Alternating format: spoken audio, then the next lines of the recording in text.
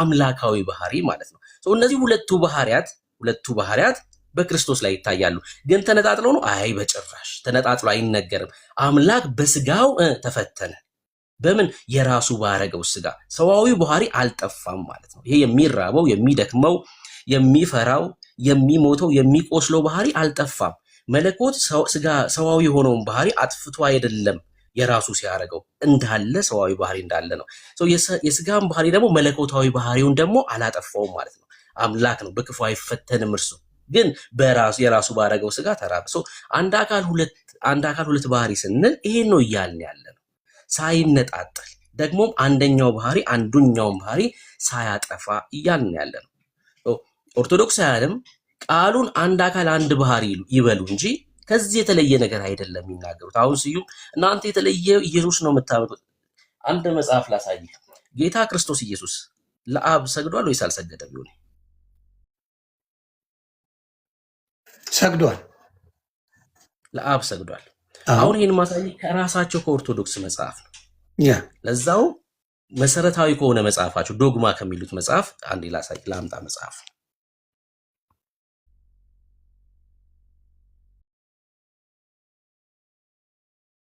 ወደ አባቱስ ጸልዩ የለ እንዴ?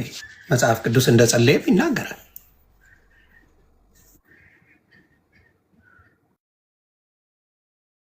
በሚገባ ጸልዩዋል። ዮሐንስ 17 ይቺ ጽዋ ከኔ ትለፍ ግን እንደ ፈቃድ ይሁን ብሎ ጌታ ሆይ ይቺ ፈተና ከኔ ትለፍ አቤቱ ጌታ ሆይ ብሎ በደንብ ተናግሯል።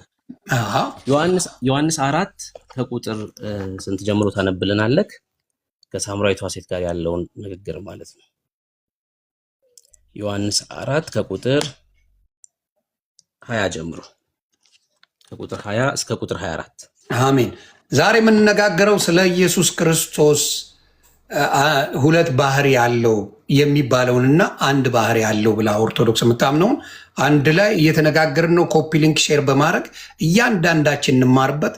ይሄን ደግሞ ሎድ አድርጌው ሌላ ቦታ ላይ ፖስተዋለሁ። በደንብ በዚህ ነገር መማር አለብን። ኮፒ ሊንክ ታፕታፕ አድርጉ። ተባረኩ። ስለዚህ ከያ ጀምሮ ብሎ አነበዋለሁ። ዮሐንስ 4:20 አባቶቻችን በዚህ ተራራ ሰገዱ፣ እናንተም ሰው ሊሰግድበት የሚገባው ስፍራ በኢየሩሳሌም ነው ትላላችሁ አለችው። ኢየሱስም እንዲህ አላት፣ አንቺ ሴት እመኝኝ፣ በዚህ ተራራ ወይም በኢየሩሳሌም ለአብ የማትሰግዱበት ጊዜ ይመጣል። እናንተስ ለማታውቁት ትሰግዳላችሁ። እኛ መዳን ከአይሁድ ነውና ለምናውቀው እንሰግዳለን ብሎ ኢየሱስ ክርስቶስ ነው የተናገረው። ዋው! ይሰማል። ልድገመው አንዴ። ከእሷ ልጀምር። 4 ላይ ነው። አባቶቻችን በዚህ ተራራ ሰገዱ፣ እናንተም ሰው ሊሰግድበት የሚገባው ስፍራ በኢየሩሳሌም ነው ትላላችሁ አለችው። ኢየሱስም እንዲህ አላት፣ አንቺ ሴት እመኚኝ፣ በዚህ ተራራ ወይም በኢየሩሳሌም ለአብ የማትሰግዱበት ጊዜ ይመጣል። እናንተስ ለማታውቁት ትሰግዳላችሁ። እኛ መዳን ከአይሁድ ነውና ለምናውቀው እንሰግዳለን። ነገር ግን በእውነት የሚሰግዱ ለአብ በመንፈስና በእውነት የሚሰግዱበት ጊዜ ይመጣል፣ አሁንም ሆኗል። አብ ሊሰግዱለት እንደ እነዚህ ያሉትን ይሻልና። እግዚአብሔር መንፈስ ነው፣ የሚሰግዱለትም በመንፈስና በእውነት ሊሰግዱለት ያስፈልጋቸዋል። ልጨምር? በቃ አሁን እኛ ለምናውቀው እንሰግዳለን አለ ጌታ ክርስቶስ። አዎ፣ እሺ፣ ይሄን ክፍል ቄርሎስ እንዴት እንዳብራራው ላሳያችሁ። ይታያል። ይሄ መጽሐፍ ገድል አይደለም፣ ድርሳን አይደለም፣ ሃይማኖተ አበው የሚል ነው። ሃይማኖተ አበው ማለት የአባቶች ትምህርት ማለት ነው። አባቶች በኢትዮጵያ ኦርቶዶክስ ቅቡልነት ያላቸው አባቶች ያስተማሩት ትምህርት ማለት ነው። ይሄ መጽሐፍ በትንሣኤ ዘጉባኤ ማተሚያ ቤት የታተመ ነው። 79ኛው ምዕራፍ ላይ ምን ይላል መሰለ? ላሳየህ። ምዕራፍ 79 ቄርሎስ ማለት ነው። ይኸው ምዕራፍ 79 ክፍል 50 ቁጥር 15 ላይ እንደዚህ ይላል። ይሄን ክፍል ሲያብራራ ማለት ነው ዮሐንስ 4ን ስጋን ስለተዋህደ ይኸው ስጋን ስለተዋሃደ ለአብ እንደሰገደ ብንናገርም በአምላክነቱ ፍጥረት ሁሉ ይሰግዱለታል። ተመልከት፣ ስጋን ስለተዋሃደ ለአብ ሰገደ ይላል። ስጋን ስለተዋሃደ ለአብ እንደሰገደ ብንናገርም በአምላክነቱ ግን ፍጥረት ሁሉ ይሰግዱለታል። በአምላክነቱ ዙፋን ላይ ነግሶ ይኖራል። እሺ፣ መላእክት በዙፋኑ ዙሪያ ይቆማሉ። ኃይላት፣ ሊቃናት፣ መኳንንት በጊዜው ሁሉ ያመሰግኑታል። ገዢ ፈጣሪ ይሉታል። ማቴዎስ 26 ዮሐንስ 4:22 አሁን ያነበብከው ክፍል ዮሐንስ 4:22 ምን ስጋን ስለተዋሃደ ለአብ እንደሰገደ። ሁለቱ ባህሪያት እነዚህ ናቸው። ኦርቶዶክስ አንድ አካል አንድ ባህሪ ስትል አንደኛው ባህሪ አንደኛውን አጥፍቶ ነው እንደማትል ማሳያ እንደሆነ ላሳያችሁ ስለፈለግኩኝ ነው። አንድ ባህሪ ሲባል ከሁለቱ ባህሪ ልዩ የተለየ ባህሪ ተፈጥሯል እያለች ከሆነ የትኛው ባህሪ ነው ለአብ የሰገደው የሚል ጥያቄ ያስነሳል። አንድ ባህሪ ስላሉ ብቻ የኛ ሁለት ባህሪ የሚለውን ትምህርት ይቃወማሉ ማለት አይደለም። ቅድም እንዳልኩ የሆነ አንድ አካል አንድ ባህሪ፣ አንድ አካል ሁለት ባህሪ ማለቱ ሳይሆን ትምህርቱ ምንድን ነው የሚለው ነው ዋናው ነገር። በትምህርት ስተናልኛ ኧረ በጭራሽ አልሳትንም። በትምህርት ደረጃ አልሳትንም። የኢትዮጵያ ኦርቶዶክስ በመጽሐፍ ቅዱሳቸው ላይ ለምሳሌ በኤፌሶን መልእክቱ ላይ ጳውሎስ የክርስቶስ ኢየሱስ አምላክና አባት ይባረክ ብሏል። ጌታችን ኢየሱስ ክርስቶስ አምላክ ምን ላይ አንዴ ነገረኝ ጥቅሱ ኤፌሶን 1 ቁጥር 3 የምትሮጠው ነገር እኮ ነው ግራ የሚገባኝ። ኤፌሶን 1 እኔ ስክሪንሻት እያረኩ ማጥናት ስላለብኝ ነው። እኔ አባት አንተ ቃሉን ደጋግመ ስላነበብክ ነው። እኛ ትምህርት ላይ ነን እንዳትረሳው። እኔ ተማሪ ነኝ። አደራ ተባረክ። ምን ይላል ኤፌሶን? ወደ ኤፌሶን ሰዎች ምዕራፍ 1 ቁጥር 3 ላይ በክርስቶስ በሰማያዊ ስፍራ በመንፈሳዊ በረከት ሁሉ የባረከን የጌታችን ኢየሱስ ክርስቶስ አምላክና አባት ይባረክ ተብሏል። ጌታችን ኢየሱስ ክርስቶስ አምላክም አለው አባትም አለው ማለት ነው። ይሄን የተናገረው ቅዱስ ጳውሎስ ነው። ምን አለ? የጌታችን ኢየሱስ ክርስቶስ አምላክና አባት ይባረክ። አምላክ አለው ሲል ለመለኮት ነው አምላክ አለ የተባለው አይደለም። መለኮት በተዋህደው ስጋ ለተዋህደው ስጋ ምን አለው ማለት ነው? አምላክ አለው። ያ የተዋህደው ስጋ የማርያም የማህፀኗ ፍሬ ስለሆነ ማለት እኮ ነው። የማርያም የማህፀኗ ፍሬ ስለሆነ የተዋህደው ስጋ ለተዋህደው ስጋ ምን ተብሎለታል? አምላክ አለው የክርስቶስ ኢየሱስ። ይሄ ነው አንደኛው ባህሪ። ሁለተኛው ባህሪስ መለኮታዊው ባህሪውን ነው። እነዚህ ሁለቱ ባህሪያት ሳይነጣጠሉ እዚሁ ኤፌሶን ላይ ቁጥር 17 ደግማ አንብበው። ተሳስቶ ነው ጳውሎስ አይደለም። እስኪ ቁጥር 17 እንድገመው። ሌላም ጥቅስ ደግሞ እንጨምራለን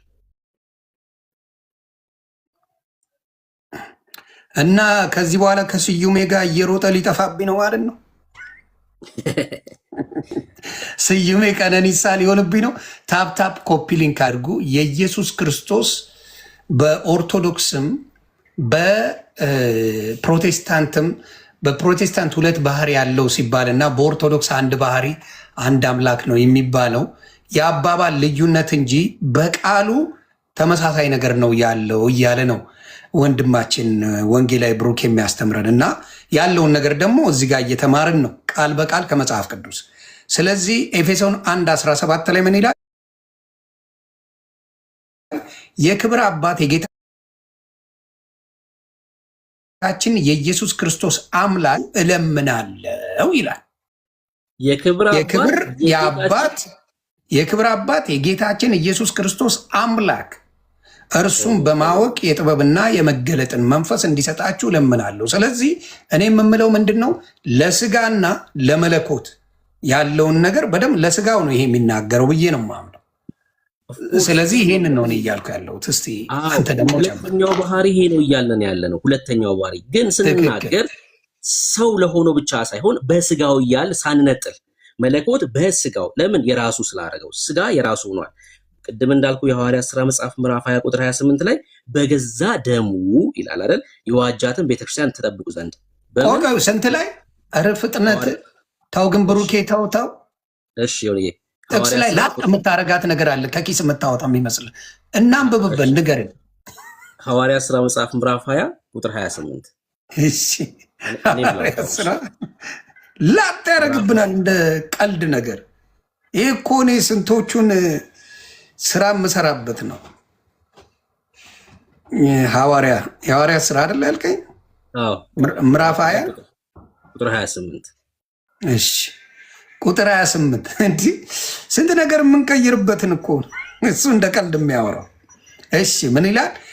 በገዛ ደሙ ይላል የሐዋርያት ሥራ ምዕራፍ 20 ቁጥር 28 ላይ በገዛ ደሙ የዋጃትን የእግዚአብሔርን ቤተክርስቲያን ትጠብቋት ዘንድ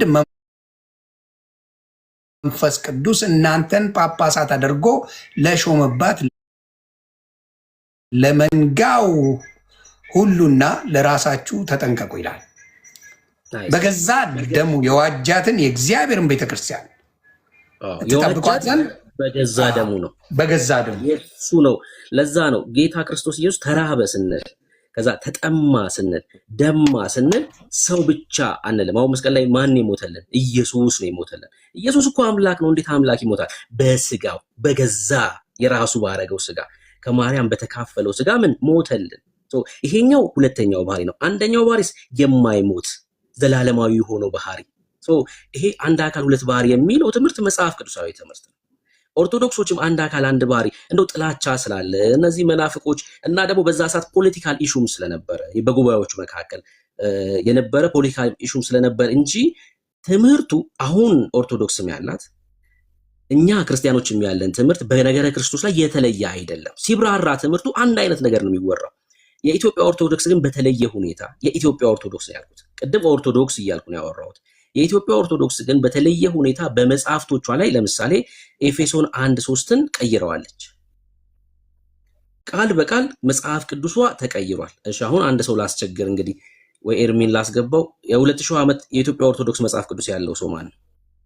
የ2000 ዓመተ ምህረት የኢትዮጵያ ኦርቶዶክስ ያለው ሰው ካለ አላችሁ? አይ ኤርሚሻን አላየሁትም። እዚህ ሌሎቻችሁ ካላችሁ ነው። ብሩኬን ፎሎ እያደረጋችሁ ጥያቄ ያላችሁ በሙሉ አደራ። ብሩክ ወንድሜ በጣም በጌታ የተባረከ በጣም ጎበዝ ወንድማችን፣ ልዩ ስጦታን የተሰጠው በተለይ የማስተማር ስጦታ የተለየ ስጦታ አለው እና የቀየረችዋን ችግር የለውም እነሱ እንትን ይበሉበት። ግን መጽሐፍ ቅዱሱ ስላለ ሁላችንም ጋር ዳውንሎድ ስላደረግን እሱ ችግር የለው። ያ እንደሚቀይሯት ሮሜ 8:34ን ቀይረውት የለ እናቅ የለ ልክ ሮሜ 8:34 የሚማለደው ፎሎ አድርጎ አደራ። ፎሎ ታፕታፕ ኮፒ ሊንክ አድርጎ አደራ። ብሩኬ ተባረኩ። ቀጥል። ሮሜ 8:34 እንደተቀየረው ልክ በዚህኛውም ማለት ነው። በዚህኛውም የክርስቶስ ኢየሱስ አምላክና አባት ኤፌሶን 1 እንደተቀየረው ሮሜ ላይ እንደቀየሩት ይሄኛውንም በ2000 ዓመተ ምህረት ላይ ቃል በቃል ቀይረውታል። ቃል በቃል ተቀይሯል። ይሄ ብቻ አይደለም፣ ሌላ ጥቅስ ልጨምርልህ። ዮሐንስ በራእዩ ላይ ጳውሎስ ብቻ ነው ይሄን የተናገረው አይደለም። ዮሐንስ በራእዩ ምዕራፍ 1 ላይም እንዲሁ ተናግሯል። ምዕራፍ 1ን ክፈተው። ራእዩ መጽሐፍ ምዕራፍ 1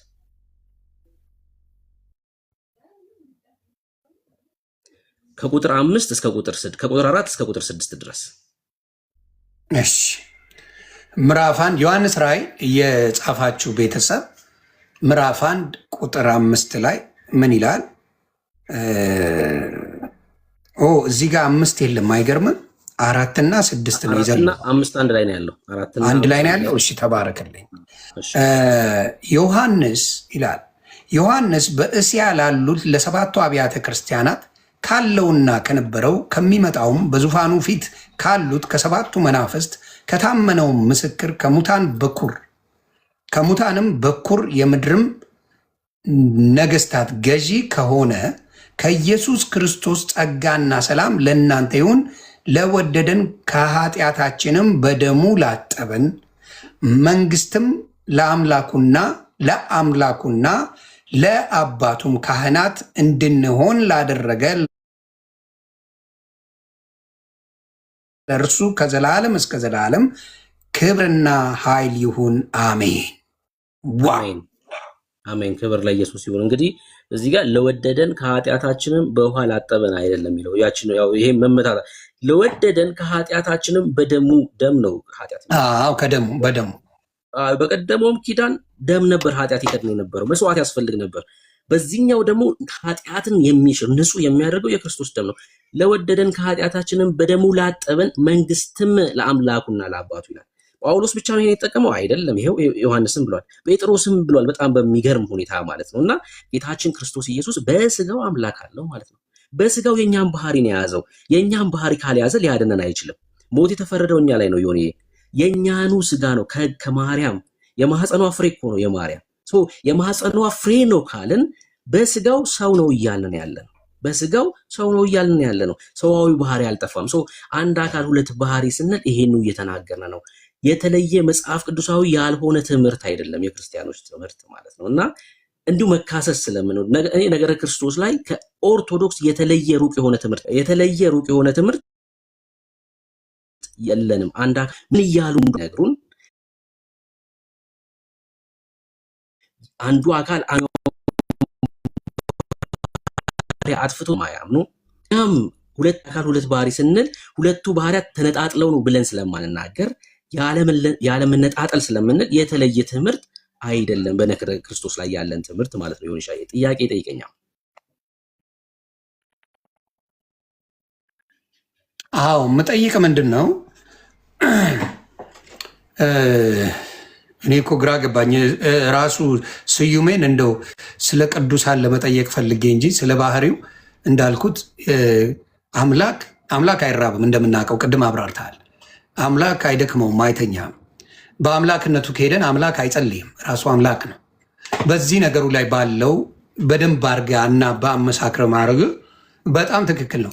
ሌላው በአምላክነቱ የተገለጸበት ቦታዎች ላይ እስቲ እሱን ደግሞ አሳየን። አሁን በስጋው ወደ እግዚአብሔር እንደሚጸልይ በስጋ በነበረበት ጊዜ ጸሎት እንደሚያደርግ እንደተራበ እንደሚሰግድ ሁሉ ይሄን ነግረህናል፣ እንደሚጸልይ ጭምር። አሁን በአምላክነቱ የተገለጸበት ቦታዎች ደግሞ እሱን በደንብ አድርገህ ብታስረዳኝ ደስ ይለኛል። እሱ ላይ ታብታብ ኮፒ ሊንክ የኔዎቹ ተባረኩ። ኮፒ ሊንክ ለብዙ ሰዎች መቅረጽ ያለባችሁን ቦታ ቅረጹ። ተባረኩ። ይህንን ነው ምለው። በዮሐንስ ወንጌል መጽሐፍ ምዕራፍ 8 ላይ አንዱን እንመልከት። እሺ፣ ያቺ ልትወገር የመጣችው ሴት ማለት ናት። ወንጌል መጽሐፍ ምዕራፍ 8 ሙታ ሊወግሯት የነበረችው ዮሐንስ 8 ስንት ከቁጥር 4 ጀምሮ እስከ ቁጥር 8። እሺ ተባረኩ። ዮሐንስ ምዕራፍ 8 ከቁጥር 4 ጀምሮ መምህር ሆይ ይቺ ሴት ስታመነዝር ተገኝታ ተያዘች። ሙሴም እንደዚህ ያሉት እንዲወገሩ በሕግ አዘዘን። አንተ ስለ እርሷ ምን ትላለህ አሉት። የሚከሱበትንም እንዲያገኙ ሊፈትኑት ይህን አሉ። ኢየሱስ ግን ጎንበስ ብሎ በጣቱ በምድር ላይ ጻፈ። መላልሰው በጠየቁት ጊዜ ግን ቀና ብሎ ከእናንተ ኃጢአት የሌለበት አስቀድሞ በድንጋይ ይውገራት አላቸው። ደግሞ ጎንበስ ብሎ በምድር ጣቱ ላይ ጻፈ። በጣቱ በምድር ላይ ጻፈ። እነርሱም ይህንን ሲሰሙ በሕሊናቸው ወቀሳቸውና ከሽማግሌዎች ጀምረው እስከ ኋለኞች አንድ እያሉ ወጡ። ኢየሱስም ብቻውን ቀረ። ሴቲቱን በመካከል ቆማ ነበረች። ኢየሱስም ቀና ብሎ ከሴቲቱ በቀር ማንንም ባላየ ጊዜ አንቺ ሴት እነዚያ ከሳሾችሽ ወዴት አሉ? የፈረደብሽ የለምን? አላት። እርሷም ጌታ ሆይ አንድስ እንኳ አለች። ኢየሱስም እኔም አልፈርድብሽም፣ ሂጂ፣ ከአሁን ጀምሮ ደግመሽ ኃጢአት አትስሪ አላት። ደግሞም ኢየሱስ እኔ የዓለም ብርሃን ነኝ፣ የሚከተለኝ የሕይወት ብርሃን ይሆንለታል እንጂ በጨለማ አይመላለስም ብሎ ነገራቸው ይላል። አሜን። ተናገራቸው። አሜን። እዚህ ላይ እንግዲህ እንደምትመለከቱት ትክክል ናቸው ሴቶቹ። አመንዝራለች። ያመነዘረ ደግሞ አይሰቀልም። በአይሁዳውያን የሕግ ስርዓት መሰረት ተወግሮ ነው የሚገደለው። ለምሳሌ ዲያቆኑ እስጢፋኖስን ካየነው በድንጋይ ነው የተወገረው።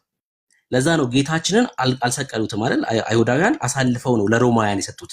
በሮማውያን ደግሞ ወንጀለኛ የሚቀጣው በመስቀል ላይ ተሰቅሎ ነው የሚገደለው ወንጀለኛ።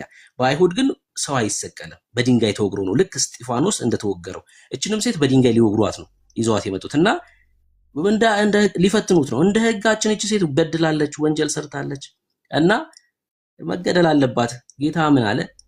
ንጹህ የሆነ አለ።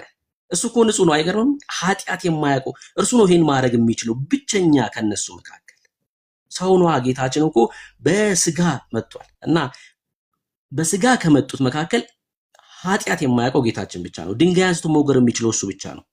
ምን አላት? እሱ ግን ቁጥር 12 ላይ ሂጂ ከአሁን ጀምሮ ደግመሽ ኃጢአትን አትስሪ እኔም አልፈርድብሽም አላት።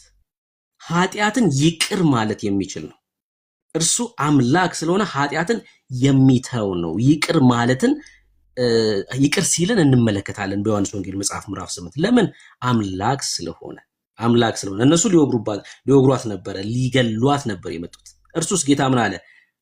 ኃጢአትን አትስሪ አላት እኮ አትበድ አላት። ለምን? ድጋሚ ወግሯታል። ሆነ ጌታ ክርስቶስ ኢየሱስ በነበረበት ሰዓት የሕጉ ዘመን ነበር። መስቀል የክርስቶስ ኢየሱስ ሞት ያስፈልግ ነበር።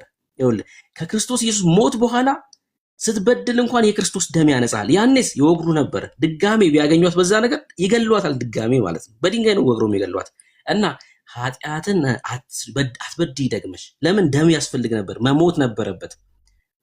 ኃጢአትሽን ምን አለ? ትቼልሻለሁ፣ ይቅር ብዬሻለሁ ሲላት እንመለከታለን። ሌላን ጨምር አንድ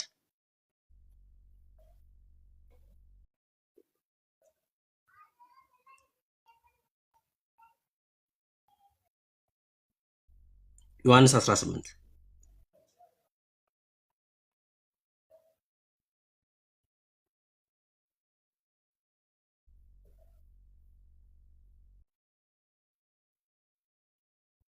ቁጥር ስንት? ከቁጥር 3 ጀምሮ ጌታን ሊይዙት ሲመጡ ያለው ክፍል ማለት ነው። ተባረኩ። ታፕ ኮፒ ሊንክ። እግዚአብሔር ይባርክልኝ። ዛሬ የተቀደሰ ቀን ይሄን ሊያሰማኝ ብሎ ነው ጌታ ብሩኬን የላከው፣ እንዲሁም ወንድሜ ስዩምን የላከው ይሄን ጌታ ሊገልጽልኝ ፈልጎ ነው። ከእኔ ጋር ላላችሁ ሊገልጽ ፈልጎ ነው ጌታ። ስለዚህ ምን አረጋለው? ከ3 ጀምሮ ዮሐንስ 18:3 የዮሐንስ ወንጌል። ስለዚህም ይሁዳ ጭፍሮቹንና ከካህናት አለቆች ከፈሪሳውያን ሎሌዎችን ተቀብሎ በችቦና በፋና በጋሻ ጦርም ወደዚያ መጣ። ኢየሱስም የሚመጣበትን ሁሉ አውቆ ወጣና ማንን ትፈልጋላችሁ አላቸው። የናዝሬቱን ኢየሱስ ብለው መለሱለት። ኢየሱስ እኔ ነኝ አላቸው። አሳልፎም የሰጠው ይሁዳ ደግሞ ከነርሱ ጋር ቆሞ ነበር። እንግዲህ እኔ ነኝ ባላቸው ጊዜ ወደ ኋላ አፈግፍገው በምድር ወደቁ ይላል። እኔ ነኝ ባላቸው ጊዜ አፈግፍገው የመጀመሪያው በምድር ወደቁ። እኔ ነኝ ብሎ የሚጥል አምላክ ተመልከቱ። ሊይዙት ነው የመጡት። ኢየሱስ ክርስቶስ ሲገረፍ እንመለከታለን፣ ሲያሰቃዩት እንመለከታለን። አሁን ጌታ ግን ያ ሲገረፍ የምንመለከተው፣ ሲሰቃይ የምንመለከተው፣ ሲደማ የምንመለከተው አምላክ እኔ ነኝ ብሎ ቃል ተናግሮ ግን የሚጥል አምላክ ነው። እኔ ነኝ ባላቸው ጊዜ ወደኋላ አፈግፍገው በምድር ላይ ወደቁ ይላል። አሜን። ጌታ ኢየሱስ ማን ነው? አምላክ ነው ማለት ነው። ይጥልሃል። እኔ ነኝ ብሎ ይጥልሃል ጌታ። አሜን። እኔ ነኝ ሲል በፊቱ መቆም አትችልም። እኔ ነኝ ማለትም ደግሞ የሚችል ብቸኛ ነው አይደለ? እኔ ነኝ አለ ጌታ። እኔ ነኝ ሲል ምን ሆኑ? አፈግፍገው በምድር ላይ ወደቁ ይላል። ኢየሱስ ክርስቶስ ሰው ብቻ አይደለም። ገብቶሃል? ሰው ብቻ አይደለም፣ አምላክም ጭምር ነው። እሱ የእግዚአብሔር ልጅ አምላክም ጭምር ነው። ኢየሱስ ባህሪዎቹ እነዚህ ናቸው ማለት ነው። የሚደክመው በስጋ ደግሞ መለኮት ስለሆነ እኔ ነኝ ብሎ ደግሞ ሲጥል የምንመለከተው ነው ማለት ነው። ደግሞ በመስቀል ላይ እኮ እንደምንመለከተው የሆነ በቀኝ የተሰቀለውን ዛሬ በገነት ከኔ ጋር ትሆናለህ ብሎታል። ዛሬ ከዛ በፊት የገለጸልኝም ብሩኬ ልንገር፣ እዚህ ጋር ወረድ ስትል ምን ይል መሰለ? 9 ጋር ስታነበው ከ9 በፊት እኔ ነኝ አላቸው እነሱ። ከዛ ምን አለ ኢየሱስ መልሶ እኔ ነኝ አልኳችሁ። እንግዲህ እኔን 8 ላይ እንግዲህ እኔ ነኝ አልኋችሁ። እንግዲህ እኔን ትፈልጉ እንደሆናችሁ እነዚህን ይሂዱ ተቧቸው አለ። ከዛ ያለውን 9 ላይ ስማ ዝጋ። ይህም ከነዚህ ከ9 አንዱን ስንኳን አላጠፋሁም ያለው ቃል ይፈጸም ዘንድ ነው። አላጠፋውም። ጥፋት እንደሌለበት እዚህ ጋር ይናገራል። ከነዚህ ከሰጠኝ አንድ እንኳን አላጠፋውም ያለው ቃል ከሰጠኝ ለምንድን ነው እንደዛ ያለው? ይሁን ከነዚህ ከሰጠኝ አንድ እንኳን እንዳላጠፋ ያለው ቃል ይፈጸም ዘንድ ማለት ይሁዳ ምንድን ነው? እዚሁ ምዕራፍ 17 ላይ አንድ የነገረን ነገር አለ አስቀድሞ ማለት ነው። 17 እዚሁ ላይ ነው ወይስ ሌላ ምዕራፍ? አይ ምዕራፍ 17 ምዕራፍ 17 እሺ፣ ቁጥር 12 አንብበው። የዮሐንስ ወንጌል አይደል? አዎ የጸሎት ቦታ የጸሎት 17 ቁጥር ስንት? 12 እሺ ምን ይላል? ዮሐንስ ወንጌል ምዕራፍ 17 ቁጥር 12 ላይ ከነርሱ ጋርም በዓለም ሳለው የሰጠኸኝን በስምህ እኔ እጠብቃቸው ነበር፣ ጠበቅኳቸው፣ መጽሐፉም እንዲፈጸም ከጥፋት ልጅ በቀር ከእርሱ ማንም አልጠፋም። ከምን? ከጥፋት ልጅ በቀር ከነርሱ ማንም አልጠፋም። ከእነርሱ ጋር በዓለም ሳለው የሰጠኸኝን በስምህ እኔ ጠብቃቸው ነበረ፣ ሐዋርያቱን ጠበቅኳቸው፣ መጽሐፍ እንዲፈጸም ከጥፋት ልጅ በቀር። ማን ነው ይሄ የጥፋት ልጅ? ይሁዳ የጥፋት ልጅ ነው። አሁን ቁጥር እዛ አሁን ያነበብነው ምዕራፍ 18 ቁጥር 9 ላይ ታዲያ ምን አለን? ከነዚህ ከሰጠኝ አንዱን እንኳን አላጠፋውም ያለው ቃል ይፈጸም ዘንድ ነው። ለምን? ይሁዳ የጥፋት ልጅ ሆኖስ አሳልፎ ሊሰጠው አብሮ ነው የመጣው ከነዛ ከጭፍሮቹ ጋር ጠቋሚ ሆኖ ነው። ለምን? የጥፋት ልጅ ነው። በነገራችን ላይ ይሁዳ አማኝ አልነበረም። ቃል በቃል ያምን እንዳልነበር በዮሐንስ 6 ላይ ተጽፏል። እሱን ላሳየው እኔ አማኝ እንዳልነበር ይሁዳ ዮሐንስ 6። እሺ በደንብ ማየት ነው የምፈልገው። ይሁዳንማ በደንብ ነው መግለጽ የምፈልገው።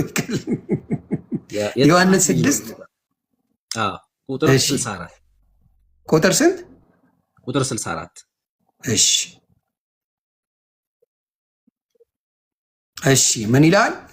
ነገር ግን ዮሐንስ 6:64 ነገር ግን ከእናንተ የማያምኑ አሉ። ኢየሱስ የማያምኑት እነማን እንደሆኑ አሳልፎ የሚሰጠው ማን እንደሆነ ከመጀመሪያ ያውቅ ነበርና። ከመጀመሪያው ያውቅ ነበር ማን አሳልፎ እንደሚሰጠው፣ ደግሞስ የማያምኑ እነማን እንደሆኑ። የጥፋት ልጅ ነው ይሁዳ። አሳልፎ ሲሰጠውም ሰይጣን ሲገባበትም ማንነቱ ምን ስለሆነ ነው? የማያምን ስለሆነ ነው። ጌታን አሳልፎ ሊሰጥ መጣ ይሁዳ። ከማን ጋር? ከነዛ ከጭፍሮቹ ጋር። በጣም በሚገርም ሁኔታ እኔ ነኝ ሲላቸው ግን ወደቁ፣ ወደ ምድር ወደቁ ይላል። ክብር ለኢየሱስ ይሁን። ኢየሱስ ክርስቶስ ሁለቱን ባህሪያት በደንብ እንመለከታለን በኢየሱስ ላይ። ግን ሳይነጣጠል እንደምንናገር ግን ማስተዋል አለብን። ሰው ብቻ ነው የሞተልኝ መስቀል ላይ እንደማንለው ማለት ነው። ሰው ብቻ ነው አይደለም። መስቀል ላይ የሞተልን ሰው ነው አይደለም፣ አምላክ ነው በስጋ የሞተልን። በቃ ይሄ ነው ዋናው ነገር። አምላክ በምን ሞተልን?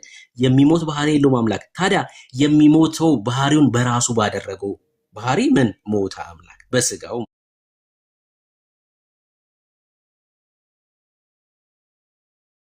ማለት ነው። ስጋ የሚሞት ባህሪ ነው። ያን ስጋ የራሱ አደረገና በስጋ ጌታ መስቀል ላይ ሞተልን። አሁን እሱ በአብ ቀኝ ነው ያለው። ዛሬም እኮ ኢየሱስ ሊቀ ካህን ነው። ዮኒ ለአንተ እኮ ኢየሱስ ሊቀ ካህን ነው፣ አማላጅ ነው። አንድ ሙስሊም ኢየሱስን አማላጅ ማለት አይችልም። አንድ ሙስሊም ኢየሱስን ሊቀ ካህኔ ማለት አይችልም። ሊቀ ካህኔ ካልክ አማላጄ ካልክ በሰማይ ዘመድ አለኝ እያልክ እኮ ነው። እኔን ወክሎ ይገባል እያልክ ነው። አየህ፣ ይሄ አሁንም ይሄ ባህሪ አልጠፋም በሰማይም። ይሄ ሰዋዊ ባህሪው አልጠፋም። ለምን? እኛን ወክሎ ገብቷል ኢየሱስ ክርስቶስ። በሰማይ ዘመድ አለን። ለዛ ነው መካከለኛ የሆነው እኮ። ከኛም የሆነ ባህሪ መለኮታዊ ባህሪ። አዲሱ መደበኛ ትርጉም ማድረግ ትችላለህ? ዮኒ መጽሐፍክ ስልክክ ላይ አዲሱ መደበኛ ትርጉም መሆን ይችላል? አይችልም። ገላትያ 3 ላነብልህ ፈልጌ ነው። ገላትያ 3 ቁጥር 20 ላነብልህ ፈልጌ ነው። አዲሱ መደበኛ ትርጉም በደንብ ስለሚገልጸው ብዬ ነው። እሺ ገላትያ 3 ስንት? ቁጥር 20። እሺ ገላትያ 3:20 ቤተሰብ መካከለኛው ለአንድ ብቻ አይደለም፣ እግዚአብሔር ግን አንድ ነው። ስሙ ይክበር። አዲሱ መደበኛ ትርጉም እንደዚህ ይላል፣ ሆኖም መካከለኛው አንድን ወገን ብቻ የሚወክል አይደለም ይላል። መካከለኛው አንድን ወገን ብቻ ይወክል አይደለም። አንድ ወገን ማለት ምንድን ነው? ለምሳሌ መለኮታዊ የሆነ ወገን አለ፣ ሰዋዊ የሆነ ወገን አለ። አንድን ወገን ብቻ አይደለም የወከለው እና ሁለቱን ወገን። ለዛ ነው እኮ መካከለኛ የሆነው። ሰውም ነው ደግሞ አምላክም ነው። ዛሬ እኛን ወክሎ በሰማይ ገብቷል ማለት ነው ጌታ ክርስቶስ ኢየሱስ። ትምክታችን ለዛ እኮ ነው የዘላለም ሕይወት አለን ብለን የምንመካው እኛን ወክሎ የገባ ዘመድ ስላለን ነው በሰማይ። መካከለኛው አንድን ወገን ብቻ አይወክልም፣ ሰው ነው፣ ደግሞም አምላክ ነው። ከአምላክም ወገን ነው፣ ከሰውም ወገን ነው ማለት ነው። በያዘው ስጋ ከማርያም በተካፈለው ስጋና ደም ምንድን ነው? ሰው ነው። መካከለኛ ነው፣ በሰውና በእግዚአብሔር መካከል ሆነ ማለት ነው። እነዚህ ናቸው ሁለቱ ባህሪያት። እነዚህ ናቸው ሁለቱ ባህሪያት፣ ሰዋዊ ባህሪና መለኮታዊ ባህሪ። አልጠፋም ማለት ነው። ሰዋዊ ባህሪ አልጠፋም ማለት ነው። መለኮታዊ ባህሪ። እነዚህ ሁለቱ ባህሪያት ሳይነጣጠሉ ዛሬም በክርስቶስ ኢየሱስ ላይ አሉ ማለት ነው። በሰማይም ነው እያልኳቸው ያሉት። ዛሬ በሰማይም እነዚህ ባህሪያት አሉ። ክብር ለኢየሱስ ይሁን።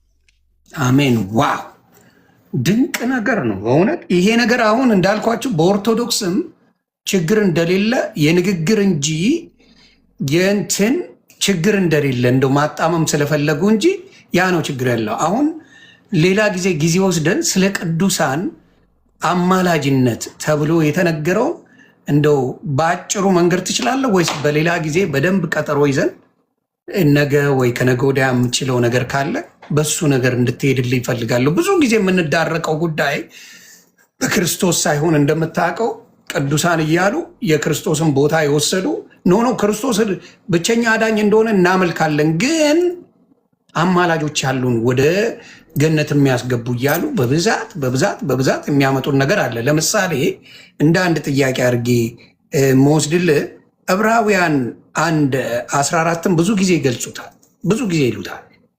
ስለዚህ የምትለውን ምን ትለኛለህ እስቲ? ምን ይላል? ከቶ ለማን ብለዋል?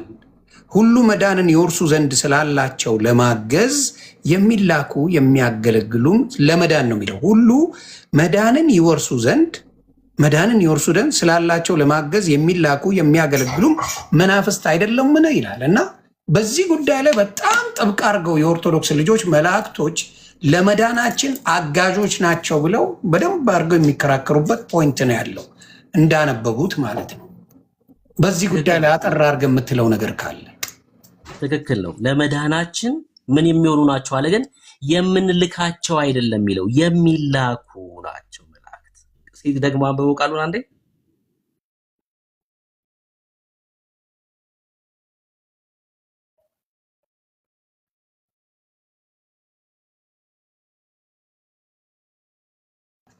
ምን አለ? ያ ከቶ ለማን ብለዋል?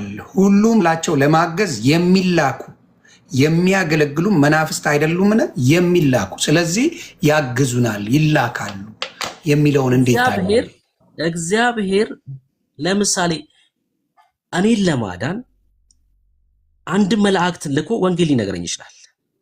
አንድ መልአክ ልኮ አልሰማሉኝ፣ ብሩኬ አልሰማ ተባልኩ። የሚላኩ ናቸው እንጂ የምንልካቸው አይደሉም። ተባረክልኝ እያልኩ ነው። የሚላኩ እያለ በፍጹም ለምን ብለው ይጠይቁኛል። ለማዳን እና አላገዙም ወይ እያሉ ነው የሚጨቀጭቁት። ለአንተ መልአክ ልኮ ሚስተር ኤክስ ጋር ሂድና አውራው ሊልህ ይችላል። እግዚአብሔር ሂደህ ስታወራው፣ ለምሳሌ ጴጥሮስ ራእይ ተመለከተ አይደለ?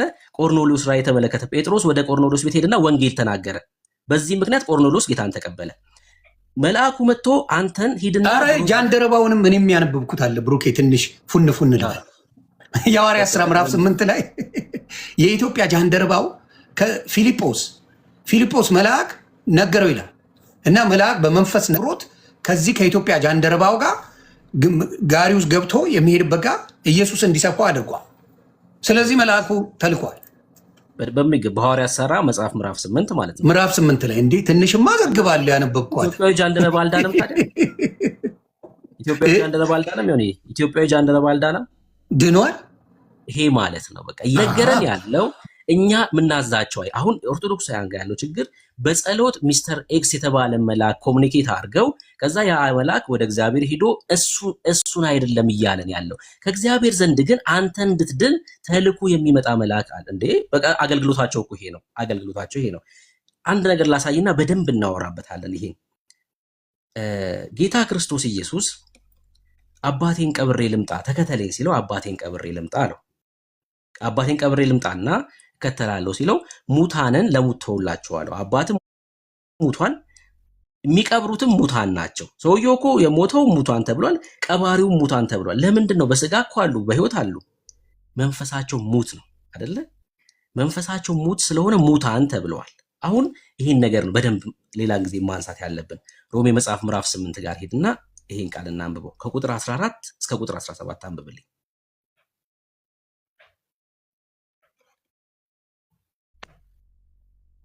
ቀቅለው ሊበሉኝ ያቺን ተናግሬ እኔም ደግሞ አልፋታም ያነበብኳትን ታስታውሳላችሁ። በዛ ጉዳይ ላይ ማን ነው የምትባል ኤፌሶን የምትባል ልጅ ጋር ነበር ስናወራ የነበረው።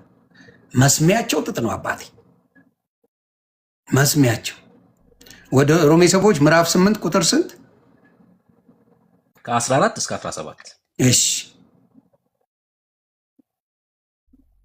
እሺ ሮሜ 8 14 በእግዚአብሔር መንፈስ የሚመሩ ሁሉ እነዚህ የእግዚአብሔር ልጆች ናቸውና አባ አባትን ብለን የምንጮህበትን የልጅነት መንፈስ ተቀበላችሁ እንጂ እንደገና ለፍርሃት የባርነት መንፈስ አልተቀበላችሁምና የእግዚአብሔር ልጆች መሆናችን ያ መንፈሱ ራሱ ከመንፈሳችን ጋር ይመሰክራል።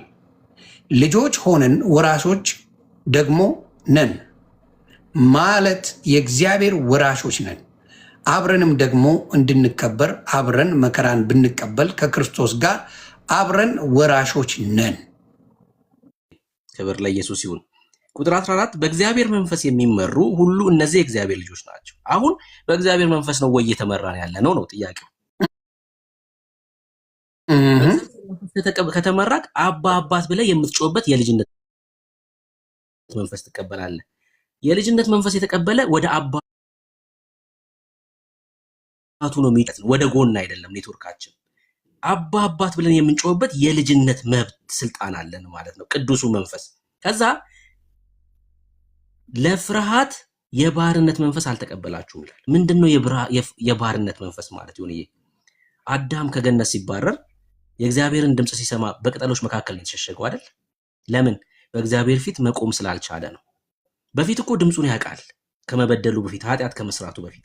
ልክ ከእግዚአብሔር ትእዛዝ ሲተላለፍ ግን በቅጠሎች መካከል ተሸሸገ። አሁንም ሰዎች ካልዳኑ አባ አባት ብለው የሚጮሁበትን የልጅነት መንፈስ ካልተቀበሉ ፈሪዎች ናቸው እና በነጣጡስ ስር ነው የሚሸሸጉት፣ በነ ማርያም በነ ጊዮርጊስ። ይሄ ነው የፍርሃት መንፈስ ማለት ዮኔ።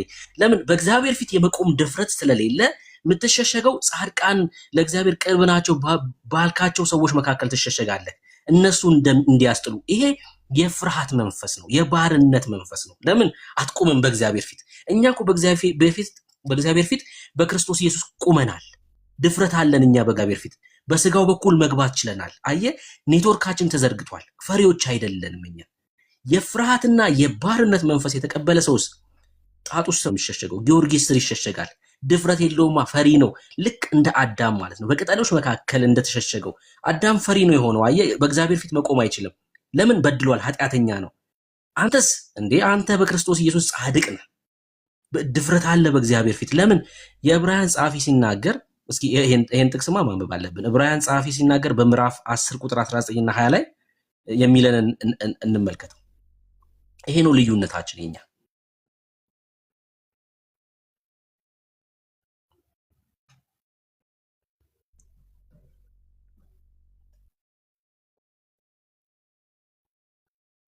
ዕብራውያን 10 ስንት? 19 እና 20። ተባረክ። አሜን። ምን ይላል እንግዲህ? ዕብራውያን 10 19 እና 20 ነው። እንግዲህ ወንድሞች ሆይ በመረቀልን በአዲስ እና በሕያው መንገድ ወደ ቅድስት በኢየሱስ ደም በመጋረጃው ማለት በስጋው በኩል እንድንገባ ድፍረት ስላለን በእግዚአብሔርም ቤት ላይ የሆነ ታላቅ ካህን ስላለን ከክፉ ሕሊና ለመንጻት ልባችንን ተረጭተን ሰውነታችንንም በጥሩ ውሃ ታጥበን በተረዳንበት እምነት በቅን ልብ እንቅረብ። የተስፋን ቃል የሰጠው የታመነ ነውና እንዳይነቃነቅ የተስፋችንን ምስክርነት እንጠብቅ።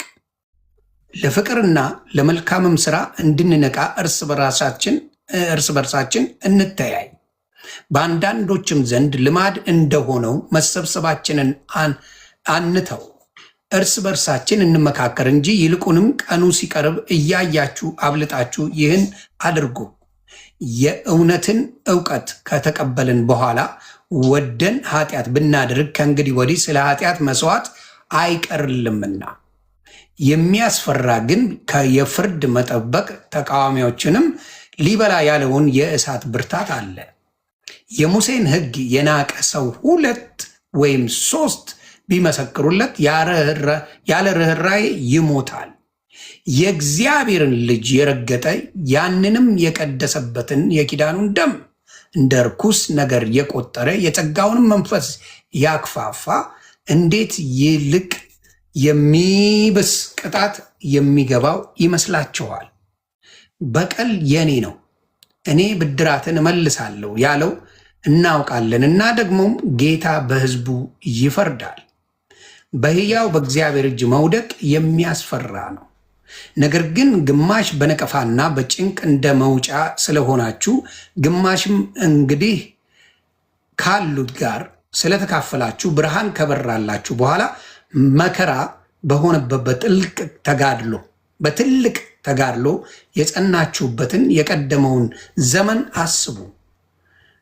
የሚበልጥና ለዘወትር የሚመገን በቃ አይደለ? ኦኬ እሺ። ምን ብሎናል የዕብራውያን ጸሐፊ? ወንድሞች ሆይ በመረቀልን በአዲስ እና በሕያው መንገድ። ይሄ መንገድ አዲስ ነው፣ ከዛ ሕያው የሆነ መንገድ ነው እና ወደ ቅድስት በኢየሱስ ደም በመጋረጃው ማለትም በስጋው በኩል እንድንገባ ድፍረት አለን አለ። ድፍረት አለን እኛ በምን? በመጋረጃው። አሁን አንተ በእግዚአብሔር ፊት ቁመሃል። አንተን እግዚአብሔር ሲመለከት ልጁን ነው በአንተ ላይ የሚያየው። ዮኒ ልጄ የሚልህ እኮ ብቃትን አይቶ አይደለም፣ ክርስቶስን አንተ ላይ ተመልክቶ ነው። ሰውኛ ድፍረት አለን በእግዚአብሔር ፊት። እነዛ ሰዎች ወደ ፍጡር ሲጸልዩ ካያቸው ፈሪዎች ስለሆኑ ነው።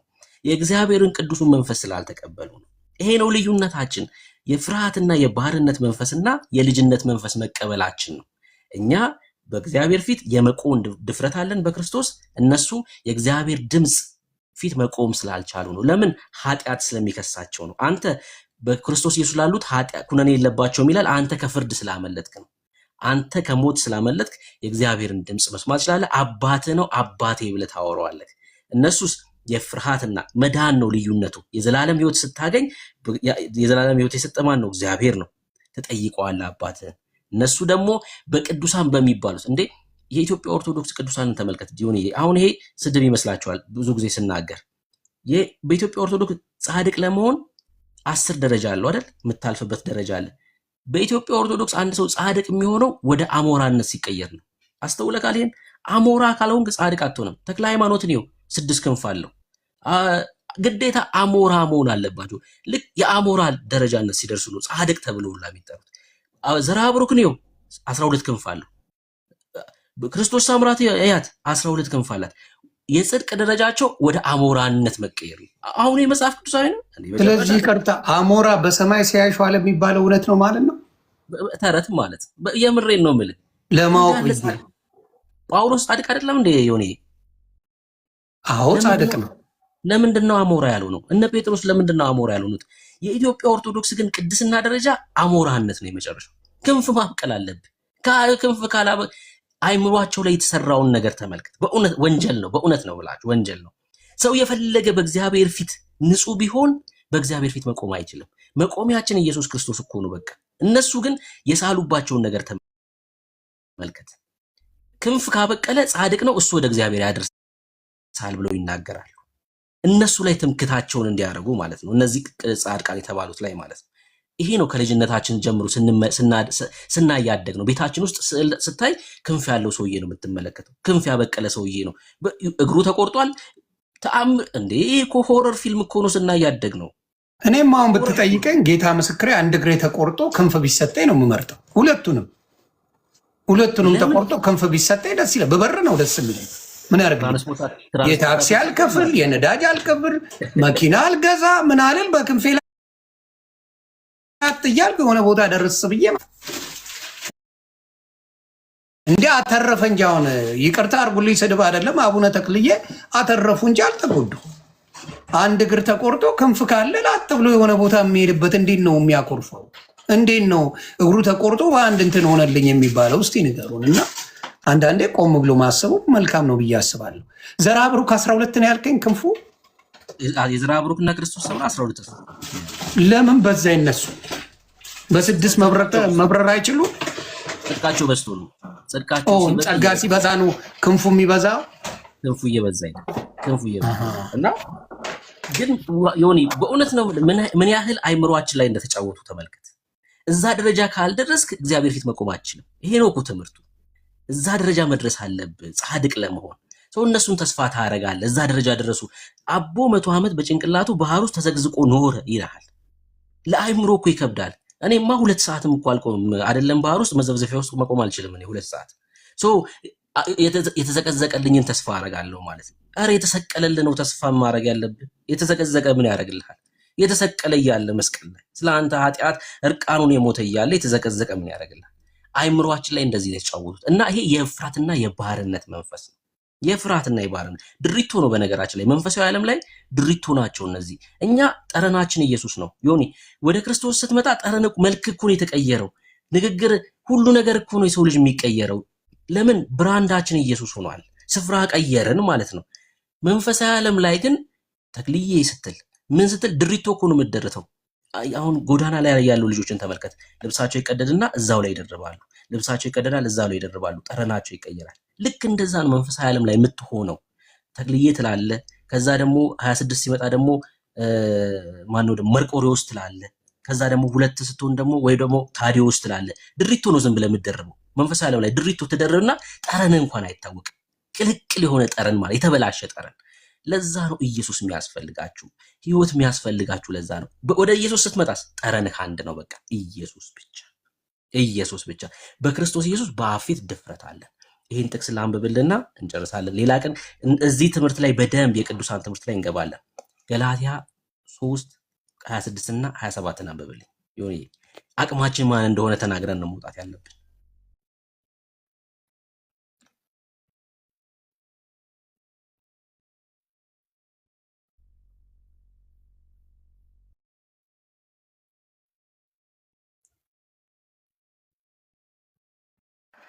ገላትያ 3:26 በእምነት በኩል ሁላችሁ በክርስቶስ ኢየሱስ የእግዚአብሔር ልጆች ናችሁና ከክርስቶስ ጋር አንድ ትሆኑ ዘንድ የተጠመቃችሁ ሁሉ ክርስቶስን ለብሳችኋልና ይላል። በእምነት በኩል ሁላችሁ በክርስቶስ ኢየሱስ የእግዚአብሔር ልጆች ናችሁ፣ ከክርስቶስ ጋር አንድ ትሆኑ ዘንድ የተጠመቃችሁ ሁሉ ደግሞ ክርስቶስን ለብሳችኋል። ክርስቶስን መልበስ ማለት ምን ማለት ነው? ይሁን አሁን አንተ ከላይ የለበስኩት ልብስ ይታየኛል።